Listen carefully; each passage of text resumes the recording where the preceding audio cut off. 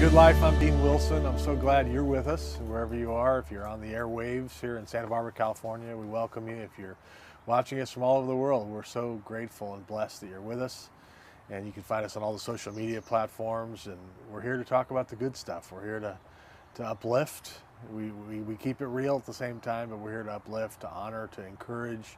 Wherever you are, I don't know who you are, but God bless you. We're glad you're with us, and we're glad you're watching Good Life. I love meeting great people. I love meeting good people. And we have one today. Janet Craig is with me. Janet, welcome. Thank you so much. Thanks for having me. It's a beautiful day where we're sitting. There's a lot going on in the world, but we're so... I spent a long time yesterday reading about you and what you're doing, and we're going to get to the movie, and we're going to get to all that. But I wanted to start kind of just with your life, where you kind of, your upbringing, your background. I know you were a heck of a tennis player. I read about that. She actually played on the professional circuit, tennis circuit. But just talk a little bit about your life, kind of where you came from. Yeah, well, I was born outside of D.C., but I grew up in Arizona. And so tennis, as long as it's not summer, is a good sport to play in Arizona. Right. I'm the middle kid of a family. There's older sister, younger brother. And I'm a middle kid. Are you? Cool. Yeah. So Older sister, younger brother? Two brothers. We're the bad guys, right? We're the rebels. We're ignored, largely. Try to get attention.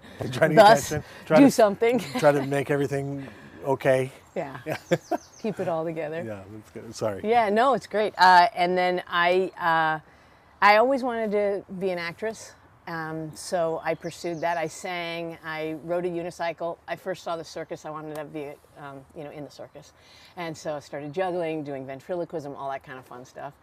And then when I went to college, I was a theater major and also a tennis player. I got to play in Trinity, which is a Division I team. So those guys were amazing. I was a walk-on and got to really fall in love with playing tennis. So I got to travel the world playing for a few years.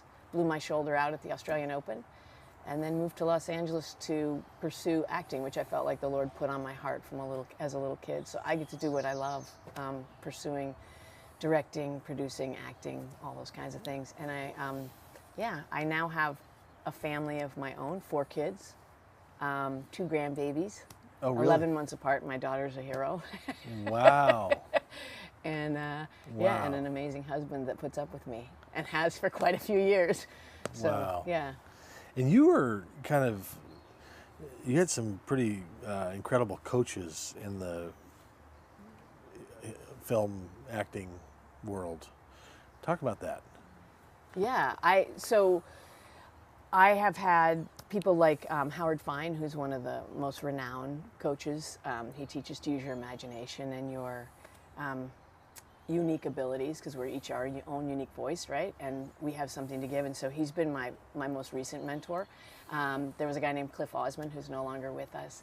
A guy named Harry Master George. And then I was with this Broadway actor, Roy Brocksmith, who's also no longer with us. Watch out if you hang out with me. Right, anyway, but Roy was from Broadway, and he came out and created sort of the Attic Theater of New York in California, pursuing his own film and television.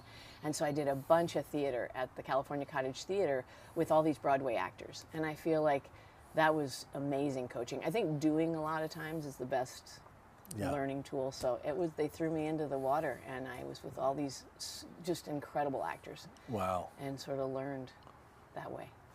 Has faith always been important to you? Yeah, when I was a little kid, I think I was probably 3. We went to church where there were pews, and everybody came in and knelt first, and then they would sit. So we sat down, and I knelt, and when I looked up, everybody was sitting in the pews, and I was devastated. I thought I'd done something wrong. So I sat up and I said, "Mama, why didn't you tell me it was time to sit?" And she said, "Oh no, you can talk to God as long as you're praying when you're sitting kneeling there." And so from that point on, I started talking to God, and by His mercy, He was helping me to know He was there. So I would sense His presence. I would hear His voice inside my head. And from that time on, my relationship with Him just kept growing, where I have known God. I know faith is a gift, and I had that gift as a little tiny kid. My journey's been bumpy. A lot of times I was in rebellion. When I was on the tennis tour, I had Bible verses all over my racket cover, But I'd get on that plane and hope that they'd notice that I was a pro tennis player instead of, Not Welcome to human life. I was just like, it'll be okay. It's fine. Such a bummer that I did that, because I had such an opportunity to travel around the world and be a light, and instead I was traveling around the world hoping that people would notice me rather than notice God, and I just think that was kind of gross. But anyway, it taught me a lesson, and so as getting to do what I love now as an actor, it's really, I was talking about this, we had a screening last night of our movie, and it's so hard to not have it be about you when everybody's clapping for you and talking to you and telling you. And I think by the grace of God, I'm just so grateful to be a part of what he's doing, and not really, it's not me. You can't make a movie without a whole bunch of talented people, and I just get to be a cog in the wheel and get to play, and we fight against our flesh, the spirit against the flesh. And it's just a constant battle, but I just keep saying, please, can you keep me in the spirit and not the flesh? Yeah, so that's isn't what that I'm the truth? hoping to be. And that's a profound thing that you experienced as a young girl, in terms of hearing God and having that desire, that faith. Yeah. That's beautiful. Yeah, I mean, that is a gift. Yeah, and that just happened to you on the pews. I mean, it just happened. Right. Wow. That's and wonderful. then I didn't know that everyone didn't have that same relationship. I thought everybody heard from God and talked to God all the time. So I'd be out playing with my friends, and I'd throw up conversation to God and talk, and then just felt like he would guide me if I asked. And I think now that I know more scripture, at that point it was the faith of a child and just a relationship in prayer. But the more I study the word, and I'm in John 15 right now, right? So he talks about, if the Spirit's in you, if I am in you, and you abide in me and I in you, then ask what you wish. If I'm the one leading, you can ask, and I've just been blown away, asking to get to make this movie and to be useful and to be able to do what I love. It's just been amazing. He's really, I'm so struck by him, but,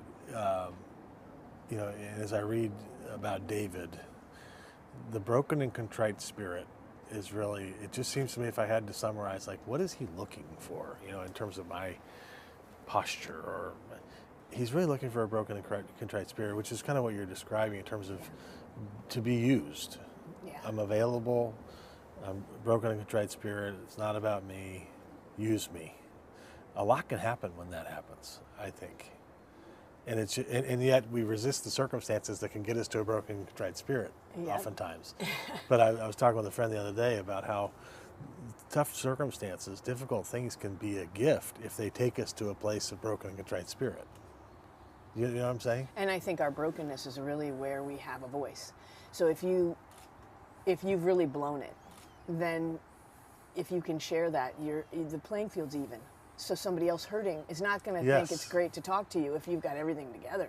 Right. But if you come in and say, I struggle with that too, or I blew it here, or I've blown it there. Right. All of a sudden, because every human being, right? We're all broken. We're all going to go through stuff. There's not one of us that lives on this earth that doesn't experience something. Yes. And it's a daily battle for every one of us. No matter how great our faith is, it's a daily battle to walk the right way, because only Jesus did it right. So it's just interesting. I just think, we could do a whole program on this topic. Yeah. Maybe we will. But because that authenticity, the churches have to be a safe place for that kind of authenticity to be okay. It's okay to not be okay. Raise your hand if you struggle. You know what I'm saying? Okay. And I think I've learned a lot with this movie I'm making, because I'm making a movie about trafficking, but my big question was, why is this a multi-billion-dollar industry? Yeah. Okay, who's buying? Right. There's no trafficking without buyers, and who are these buyers? And so as I uncovered that, I recognized that pornography, like every other drug, is super addictive.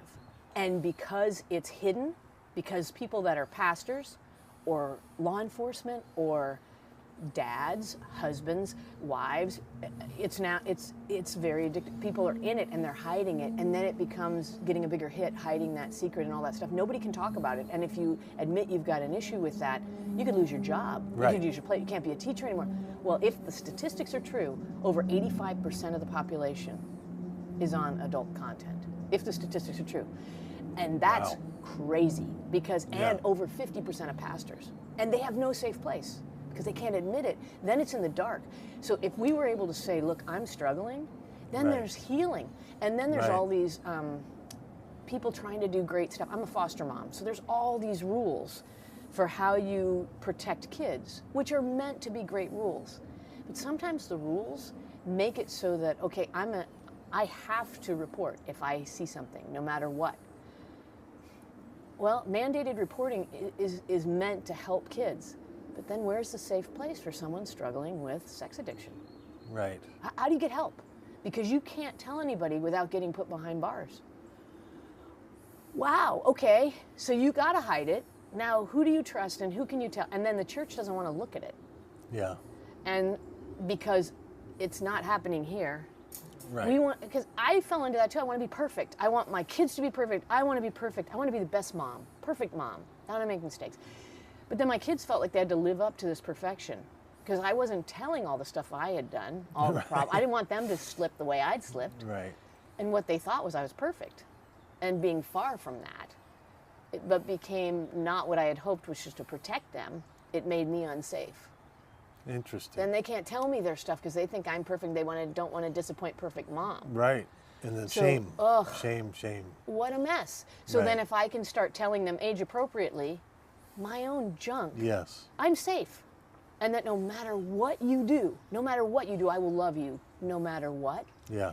Then they can tell me everything. I'm safe. And I think in the families, that's a safe place, right? If we can just say, look, we all know our families have stuff. We go to each other and say, so anyway, I'm preaching, but so this good. is what I want for our world. I read the quote a few months ago, you know, when you really screw up, you've got two choices. One, I messed up, my dad's going to kill me. Two, I messed up, I got to call my dad. You know, the level of openness and being safe to be not okay, that's just powerful. Okay, we need to talk about the movie. Oh, yeah. We're out of time. Thank you. The film is Wake Up, and this is about the fictional story of a community that's rocked when two foster youths are taken by a sex trafficking ring. And many of the scenes in the movie are based on true stories. Janet is the director, writer, and co-star in Wake Up. It's coming out now. Here we're sitting here in 2022. Take us from your experience as a foster mom to this project. Yeah. Well, actually, it was inspired at a prayer meeting. A bunch of us were foster families, either in social services or whatever aspect of foster care at this church. And this man, who I adore, John Franklin, who's used his life to help orphans, had a prayer meeting at his house, said, okay, God's doing something because all of us are at the same church. And we just went and prayed. And that was one of those times I heard God say, you're making a movie. So I called one of my friends who doesn't make movies, and I said, hey, Kristen, God put you on my heart. You're supposed to be making this, because he did. You're supposed to be making this movie with me. And she said, no way. And then she prayed, and we've been making this movie together. So my husband and her husband, we're all foster families. They've had over 125 foster kids, the Wises, who are our producing partners on this, in their home.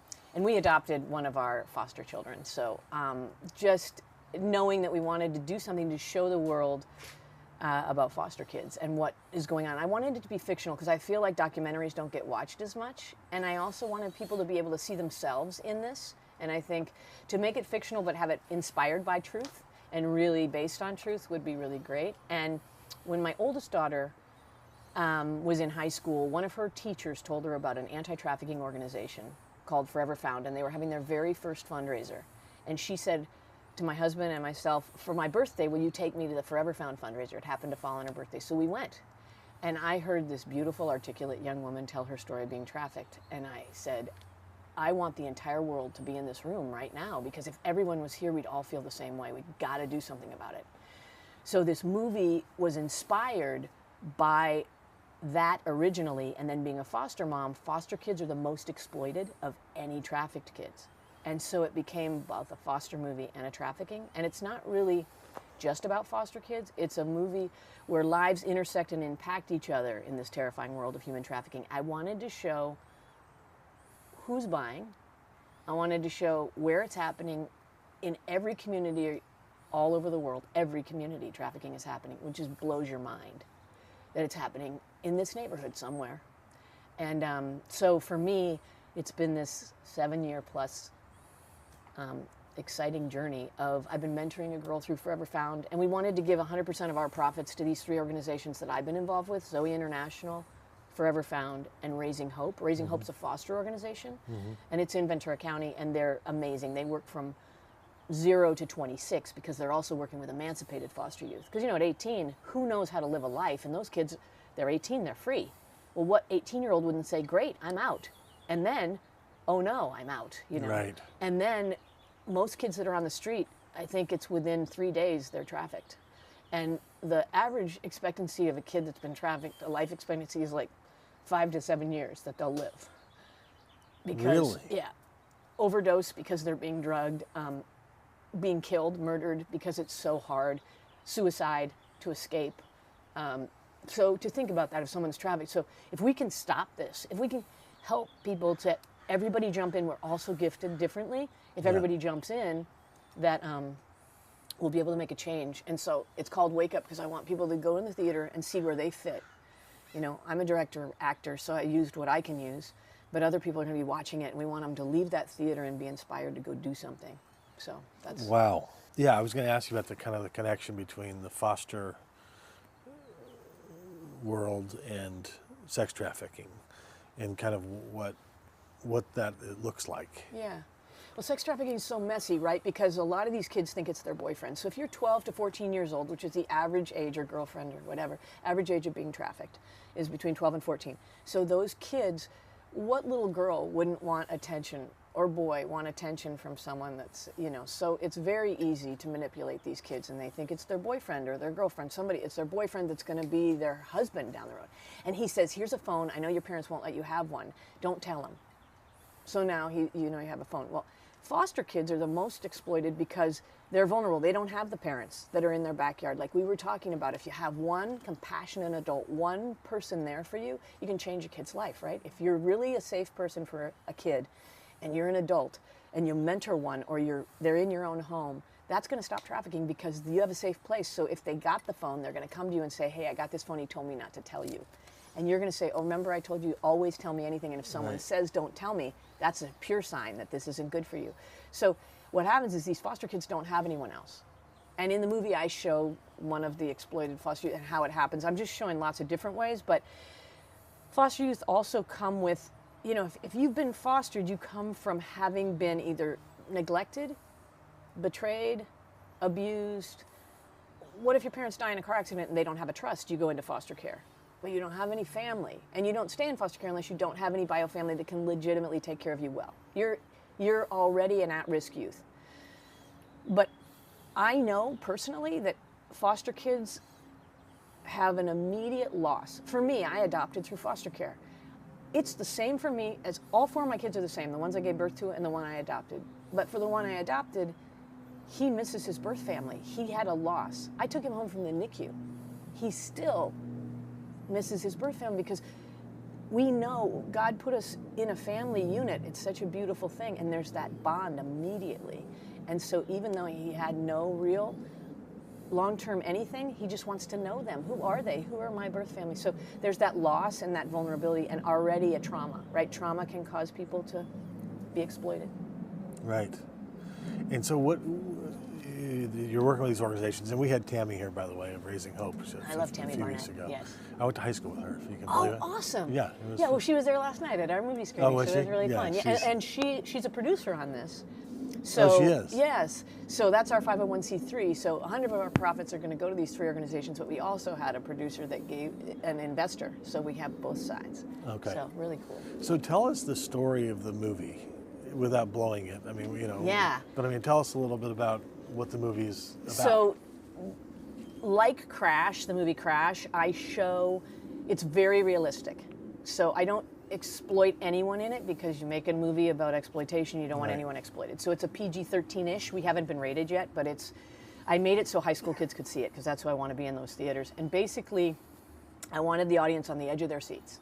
So you're going to see the stories. It's based on human experience, and you're going to see the stories. It's these young kids that are connecting, and the ways that they're connecting, and then the way the adults, I play an adult, scary thing, no, but the way the adults interact, and the way that they how all these lives intersect and impact each other in this world. And it really is, I like surprises. So I can't really tell you much because if I do, you'll know the surprises. But I have so many surprises. And everybody that was there last night said it feels a little bit like a gut punch because you're going to have to watch something. But it's so important that everyone sees and that they want it out in theaters around the country. That's what we've got. And we took it on tour around the country, and everybody was telling us, please get this out there. Show high schoolers. Can I get it to my high school? Can I get it to my college campus? And we geared it towards 17 to 27-year-olds because I feel like those people are at the forefront of helping make a change, and they care, and they're passionate, and they're also being exploited. So we have one testimony at the very end of the film with Rachel C. Thomas. She's on the National Presidential Advisory Board for National Trafficking, Human Trafficking, and she gives a little bit of her own testimony. She's also on our website with the organizations that we're supporting. And she says it took one compassionate police officer and a host of nonprofits to change her life. She also said when she saw the film, if I'd seen this as a kid, I never would have been trafficked. And so we really want people to go to theaters. It's not like, oh, great, I get to go watch a trafficking movie. But we made it so it would be a thriller, so it would be as fun as you can watch. I wanted Taken meets Crash so that people, because Taken's fun to watch, but you don't realize you're watching trafficking.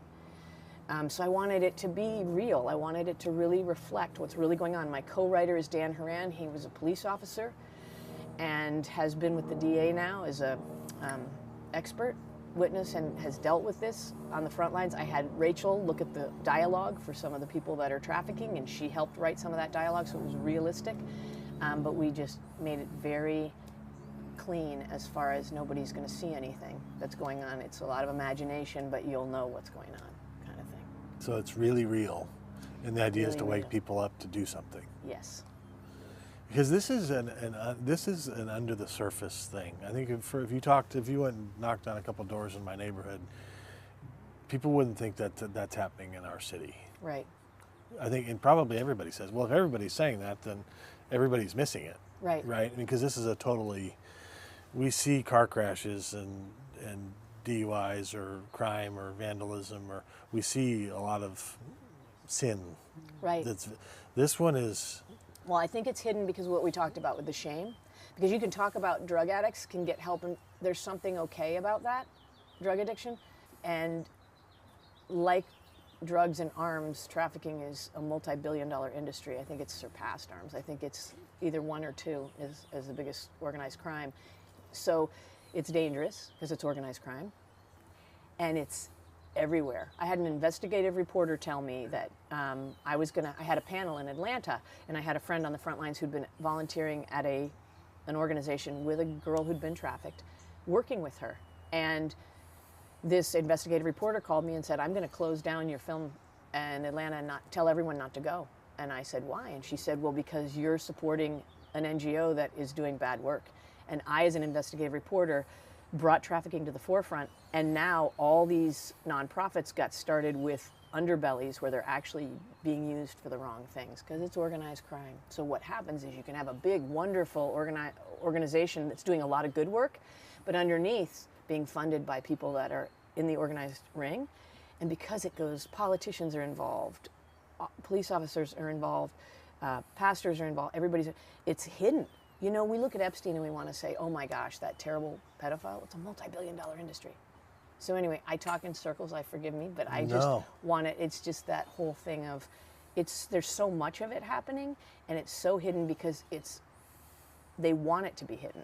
Right. And because people aren't talking about their sex addiction. Because if they're buying children, or even if they're not, if someone's watching pornography, the majority of pornography is trafficked kids or adults, trafficked people. So what people don't realize, it's if someone's being trafficked, that you're making an image of that, you're actually creating pornography with that person and then selling it around the country. So people that are buying are actually watching it, not knowing that's what they're watching. And then they use it to keep manipulating the girls, and they train them with it. And it's just used. And now you're getting 7-year-olds, boys, on those games, those video games. The traffickers are really smart. And what they'll do is they'll friend the kid playing the game. Oh, show me your muscles. Oh, take off your shirt. I can see your muscles better. been playing this game for 6 months, a year, same person. I know this person. Oh yeah, my mom's not here right now. That's why I'm getting to play the game. Oh yeah, I live here. Oh, I go to school here. He's 7. He's playing a game. His parents let him play a game. It's a nice little game. Internet also, these kids putting themselves on social media, telling everybody where they are and what they're doing. So we just have to realize we can do something. There is hope. I know this is the good life, and I'm not trying to bring the bad life, but I think people need to know. I think it'll help our society if we open our eyes, if we wake up and we say, okay, it is happening. Yeah. Now what do I do? Light is the great disinfectant. Yeah. And that's what you're really trying to do, is bring stuff to light. Yeah. And I'm not surprised there's a lot of resistance. Like you say, the web is, it's a tangled web. We had a show on pornography with this guy who wrote this book, and it was really interesting. And it's very, I mean, the truth about it is, the elevator only goes down. I mean, this is a progressive. It only gets worse. And he was making the connection between pornography and all the stuff you're talking about, and violence. Right. The elevator only goes down with these kinds of addictions. They're vicious. Yeah. And they take control, and next thing you know, it leads to things that you're talking about. And there's help for addiction. There's too. help. Yeah. And you're not worse than the next guy. Right. And that's part of the shame part. I mean, when you say certain sins, are okay, and other ones we don't talk about. Right. But it's all the same. Yeah. I mean, we're all, as we talked about before, broken people. Yeah. So there's kind of this dual part of it, exposing it, calling it out, wanting everybody to know, but at the same time, compassion and hope and light's the great disinfectant, right? I mean, isn't it kind of both? Well, and meeting people with that love. So we want to say, well, if we had better laws and stiffer punishments, then people would get well. Well, addiction doesn't work that way. Right. It doesn't work that way. Right. You can put them all in prison, but no, you can't, because it's a multi-billion-dollar industry and we've got too many buyers and people involved. But if you get help, then you actually, and what we said, when you're broken, then you're used for the help. So like Rachel C. Thomas, she's a frontline advocate. She was trafficked, and she's using that horrific experience in her life to do trainings. And on our website, you can go there, and she has all this training for parents and for kids and people who've been trafficked, how to heal and all those kinds of things, and these wonderful organizations that walk people through. And I think that's why, Celebrate Recovery and things like that, or Pure Desire Ministry, there's things out there where people can get help. Yeah. Covenant Eyes putting on their apps, and then watching our kids on their devices. It's more addictive in kids' brains, as you probably know from the guy that talked about pornography. So we got to be careful about handing these devices off early, because if a 7-year-old's being babysat with an iPad, they can stumble. It happened to one of my friends. She was mortified to find out that her kid had been on porn for 3 months, and he liked it because it's addictive. And he did 7. And she's a great mom. She just thought he was watching a little show. And she was a great mom because he went to her and said, Mommy, I'm watching. Oh no, and she knew I was making a movie, so she came and talked to me, and I said, no shame. Great opportunity to teach. Right. He's going to be exposed to this at some point if he's on this earth at this point. Right. You turn on the TV and you watch anything, you turn your eyes away a lot of times, which is why I wanted to make content that really could help, edify, and not just for a believing audience. I want this for the entire world to see, because we can all do something and serve. Right. And then we can all do something. That's the takeaway I took from reading about that when they see this, your hope is that everybody will decide to do something, whether that's give money to Raising Hope, foster a child, mentor a high schooler, get clean with their own problem, help a friend, get into a covenant friendship where we say we're not going to do. Well, I mean, everybody literally can do something. Yep. Yeah. Well, let's hope for that. Yes. That's a good note to end on. We're out of time. This has been fun. You're great. Thanks so much. I so appreciate you. Thanks for what you're doing. And I know it's not about you, but you stepped up, and it's awesome. Thank you. We're rooting for it. Thanks for what you're doing. I'm so glad there's a program like that's out there. Thank you. Thanks, Janet. Thanks for joining us. We'll see you next time.